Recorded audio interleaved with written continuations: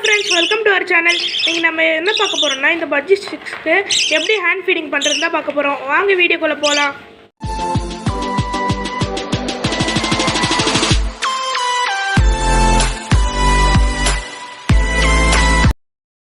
இந்த video skip பண்ணாமல் பாருங்கள். அப்போ தான் உங்களுக்கு நல்லா புரியும்.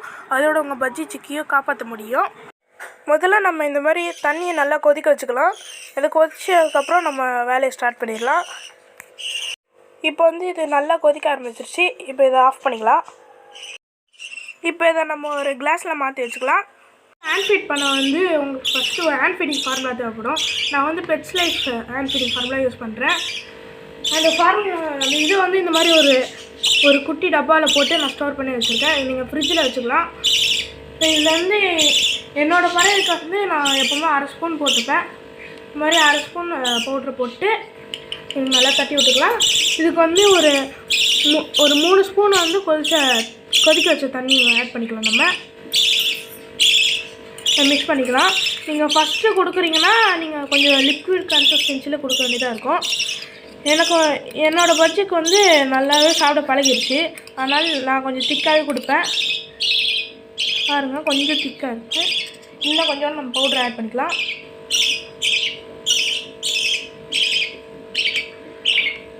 இப்போ பாருங்கள், இந்த கன்சிஸ்டன்சியில் தான் நான் தருவேன்.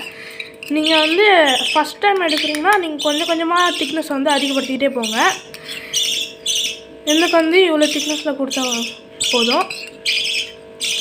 இப்போ நம்ம கொதிக்க வச்ச தண்ணியில் இதில் ஊற்றணும்.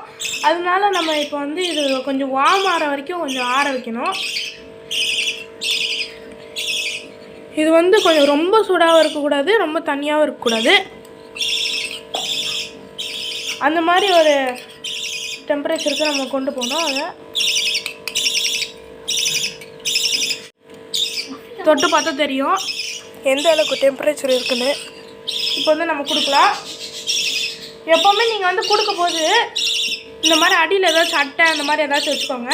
இங்கே பாருங்கள் எப்படி சாப்பிடுதுன்னு. நான் இதுக்கு கொடுத்து ட்ரைனிங் பண்ணி வச்சுருக்கேன். அதனால் இது குடிக்குது. நீங்கள் ஃபஸ்ட் டைம் கொடுக்குறீங்கன்னா அது கொஞ்சம் சாப்பிடாது. அதுக்கு நீங்கள் கஷ்டப்பட்டு கொடுக்குற மாதிரி தான் இருக்கும். இப்போ பாருங்கள், வயிறு நாங்கள் கொதிக்க கொடுத்தனால கொஞ்சோண்டு பெருசாக இருக்கும். கடைசியில் எப்படி இருக்குன்னு பாருங்கள். கொடுத்து முடித்தோடனே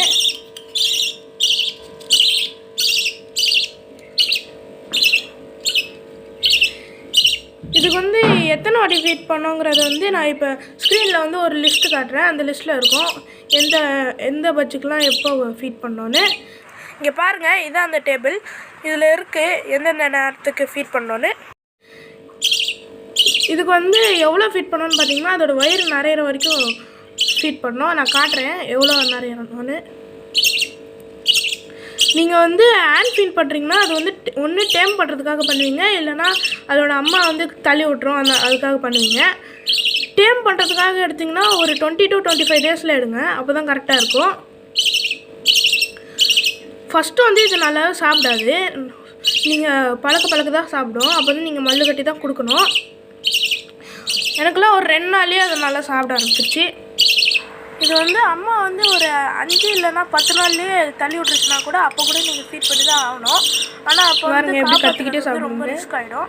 அதனால தான் ஒரு 20 to 25 டேஸில் நீங்கள் எடுங்க. டேம் பண்ணுறீங்கன்னா அம்மா அதை ஒரு 5 to 10 டேஸ்லேயே தள்ளி விட்டுச்சுன்னா அப்போ நீங்கள் அதை ஃபீட் பண்ணி தான் ஆகணும். அப்போ தான் அதை காப்பாற்ற முடியும்.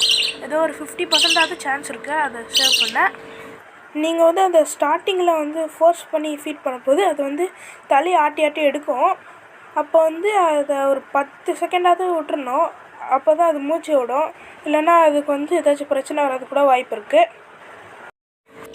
இந்த குட்டி ஒரு 5 நாள் இருக்க போது அது வெளில விழுந்துருச்சு. நாங்கள் திருப்பி உள்ளே வச்சு பார்த்தோம்.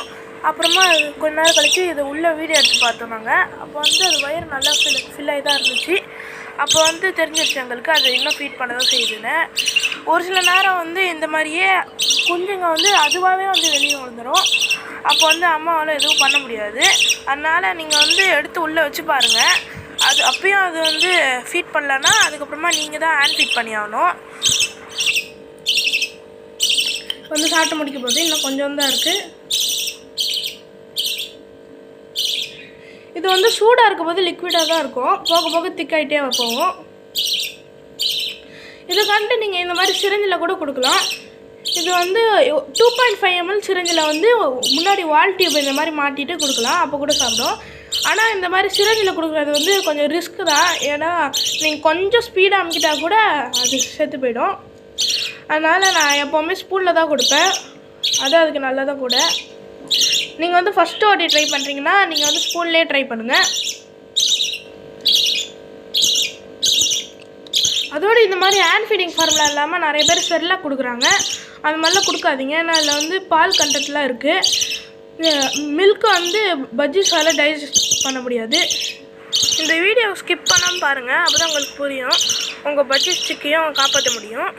அதனால் ஸ்கிப் பண்ணாமல் முழுசாக பாருங்கள். வந்து ரொம்ப திக்காயிடுச்சு, அதனால் கொஞ்சோண்டு தண்ணி ஊற்றிக்கலாம். தண்ணி ஊற்றி கலந்துக்கிறேன்.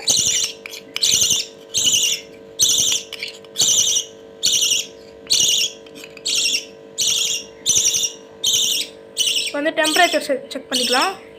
வார்மாக தான் இருக்குது, வந்து கொடுத்துடலாம். அதில் கொடுத்துருச்சு.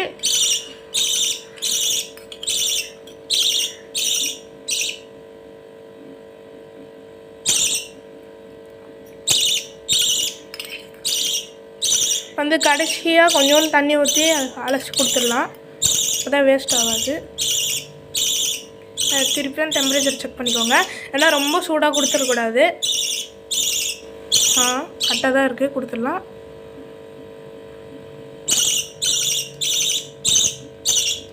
எப்போவுமே ஃபீட் பண்ணி முடித்தோடனே குட்டியோட வாயை நல்லா தொடச்சி விட்ருங்க, இந்த மாதிரி ஏதாச்சும் ஒரு துணி வச்சு. ஏன்னா இப்படி துடைக்கலன்னா ஏதாச்சும் ஒரு ஸ்கின் இன்ஃபெக்ஷன்லாம் வந்துடும் குருவிக்கு. வாயோடு சேர்த்து அதுக்கு எங்கெல்லாம் ஃபுட்டு வந்து தெரிச்சிருக்கோ அங்கெல்லாம் வந்து நல்லா தொடச்சி விட்ருங்க, இல்லைன்னா உடம்புலலாம் ஸ்கின் இன்ஃபெக்ஷன் வந்துடும். இங்கே பாருங்கள், நல்லா தொடச்சிட்டேன். அதோடு சேர்த்து எறும்பு கூட வரும் அந்த ஃபுட்டோட வாசனைக்காக. இந்த பஜ்ஜி சிக்குக்கு வந்து நாங்கள் அலெக்ஸ்னு பேர் வச்சுருக்கோம். இதோட அம்மா பேர் வந்து அலெக்ஸா, அதனால் இதுக்கு வந்து அலெக்ஸ்னு பேர் வச்சுருக்கோம். இது வந்து பிறந்த உடனே இருக்கிற வீடியோலாம் வந்து நான் வந்து ஷார்ட்ஸில் அப்லோட் பண்ணியிருக்கேன், பார்க்காதவங்க பாருங்கள். இப்போ இதோட வயிறை பாருங்கள், எவ்வளோ பெருசாக இருக்குது பாருங்கள். இந்த மாதிரி ஆயிடுச்சுன்னா அதுக்கு வந்து வயிறு ஃபுல்லாக ஆயிடுச்சுன்னு அர்த்தம். ஸ்டார்டிங்கில் இருக்கிறதுக்கு விட இப்போ வந்து வயிறு நல்லா பெருசாகவே இருக்கும் பாருங்கள். அவ்வளோதான், இதோட இந்த வீடியோ முடிஞ்சிருச்சு. இந்த வீடியோ பிடிச்சிருந்தா மறக்காமல் லைக் பண்ணுங்கள், ஷேர் பண்ணுங்கள், சப்ஸ்கிரைப் பண்ணுங்கள். கூடவே பக்கத்தில் இருக்க பெல் ஐக்கானை கிளிக் பண்ணுங்கள். தேங்க்ஸ் ஃபார் வாட்சிங்.